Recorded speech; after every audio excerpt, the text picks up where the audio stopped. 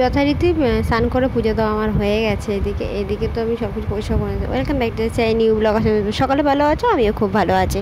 আমার প্রত্যেকটা ভিডিও তোমরা যারা দেখছো তারা দেখতেই পাচ্ছ, পুরো কিন্তু ব্লগে সব কিছু থাকছে না, কিছু জিনিস কিন্তু অবশ্যই ফেসবুক পেজে আর ক্রেজি মানি চ্যানেলে আছে। তোমরা যারা যারা এখনও সাবস্ক্রাইব করো, যারা এখনও ফলো করো নি, প্লিজ ফলো করে দেওয়া, সাবস্ক্রাইব করো, লাইক কমেন্ট শেয়ার করো।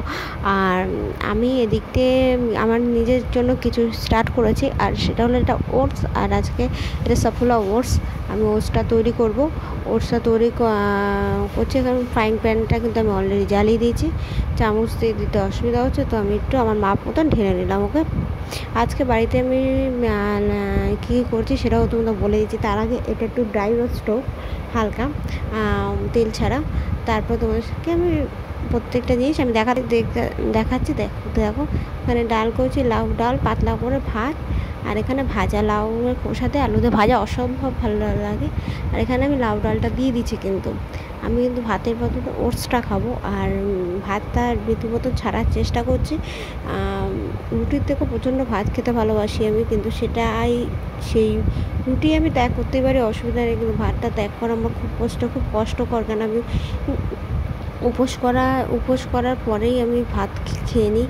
মানে বাবা 2 দিন আমি উপোস করে আছি, তারপর যখন ওই জিনিসটা ছাড়ে সব কিছুই হয়, তারপরে কিন্তু আমি ভাত খেতে বসি। আর শুধু এমনি ভাত না, মাংস ডিম না, মাছ ভাত খেতে বসি আমি। সেই মানুষকে এই সব কিছু করতে হবে, কিছুটা তো নিজের জন্য করতেই লাগে। আর এটা গরম মশলা নিজের বাড়িতে তৈরি করা।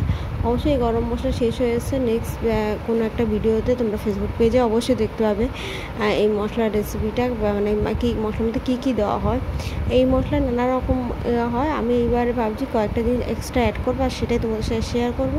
আর চিনির বদলে আমি অল্প একটু মধু দিয়ে দিচ্ছি, জাস্ট খাওয়ার জন্য। আর এই যে দেখতে পাচ্ছ আমার খাবার রেডি, আমি খেয়ে নেবো।